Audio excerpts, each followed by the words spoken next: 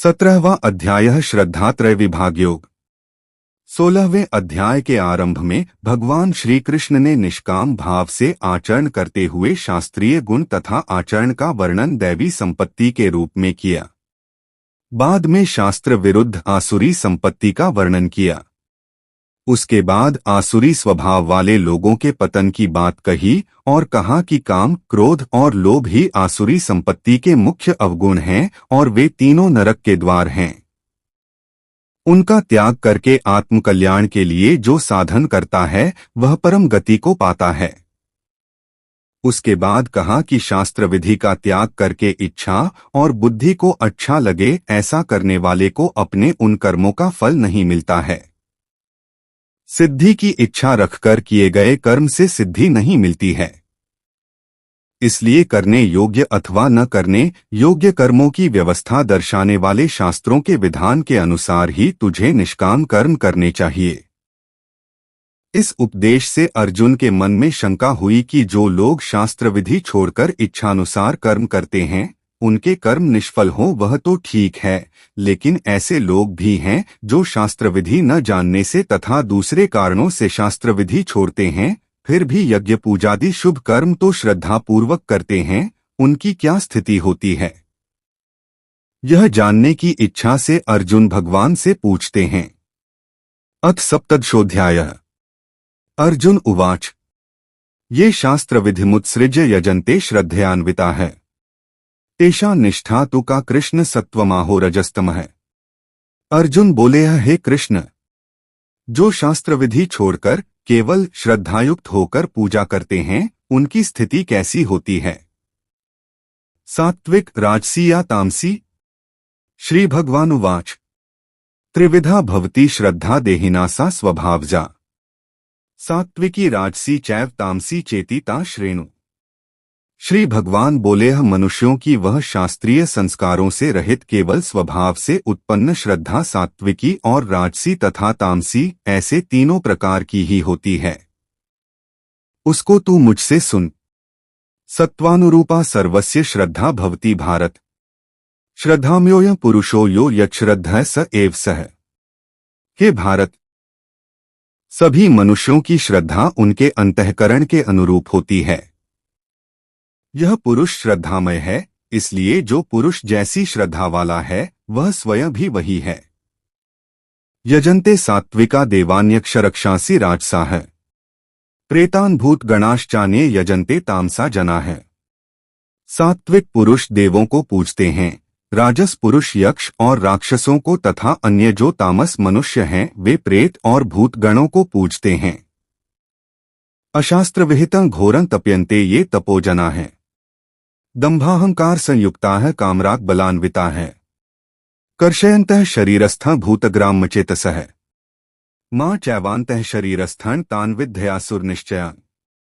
जो मनुष्य शास्त्र विधि से रहित केवल मनःकल्पित घोर तप को तपते हैं तथा दंभ और अहंकार से युक्त तथा कामना, आसक्ति और बल के अभिमान से भी युक्त हैं, जो शरीर रूप से स्थित भूत समुदाय को और अंतःकरण में स्थित मुझ परमात्मा को भी कृश करने वाले हैं, उन अज्ञानियों को तू आसुर स्वभाव वाले जान। आहारस्त्वपि सर्वस्य त्रिविधो भवति प्रियः यज्ञस्तपस्तथा दान तेषां भेदमिमं श्रेणु। भोजन भी सबको अपनी अपनी प्रकृति के अनुसार 3 प्रकार का प्रिय होता है, और वैसे ही यज्ञ, तप और दान भी 3-3 प्रकार के होते हैं।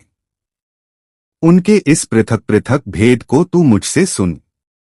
आयुः सत्वबलारोग्य सुख प्रीति विवर्धना रस्या स्निग्धाः स्थिरा हृदया आहाराः सात्विक प्रियाः।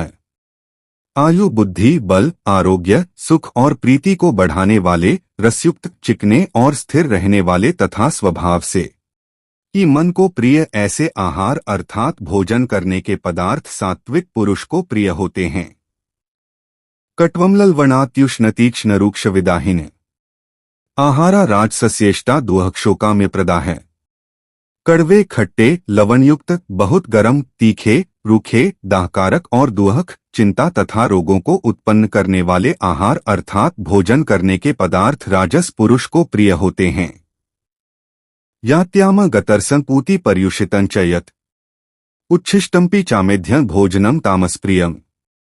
जो भोजन अधपका, रसरहित, दुर्गंधयुक्त, बासी और उच्छिष्ट है तथा जो अपवित्र भी है वह भोजन तामस पुरुष को प्रिय होता है। अफलाकांक्षिभिर्यज्ञो विधिदष्टो य इजते यष्टव्यमेवेति मनः समाधाय स सात्विकः। जो शास्त्र विधि से नियत यज्ञ करना ही कर्तव्य है, इस प्रकार मन को समाधान करके फल न चाहने वाले पुरुषों द्वारा किया जाता है, वह सात्विक है। अभिसंधाय तो फलन दंभार्थमपि चैव इजते भरतश्रेष्ठ त यज्ञ विद्धि राजसम।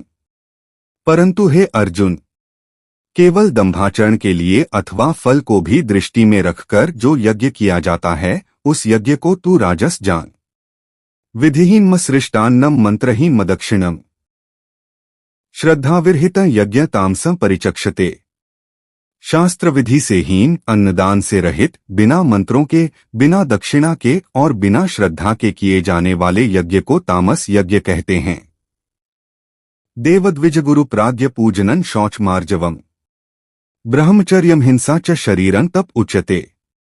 देवता, ब्राह्मण, गुरु और ज्ञानीजनों का पूजन, पवित्रता, सरलता, ब्रह्मचर्य और अहिंसा शरीर संबंधी तप कहा जाता है।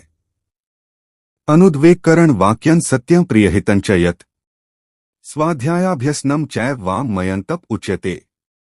जो उद्वेग ने करने वाला, प्रिय और हितकारक व यथार्थ भाषण है तथा जो वेद शास्त्रों के पठन का एवं परमेश्वर के नाम जप का अभ्यास है, वही वाणी संबंधी तप कहा जाता है। मनः प्रसादः सौम्यत्वं मौनमात्म विनिग्रहः भाव संशुद्धिरित्येतत्तपो मानसमुच्यते।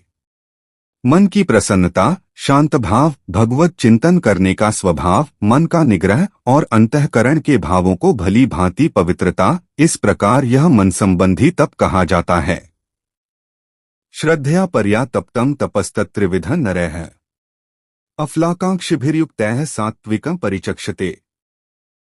फल को न चाहने वाले योगी पुरुषों द्वारा परम श्रद्धा से किए हुए उस पूर्वोक्त 3 प्रकार के तप को सात्विक कहते हैं।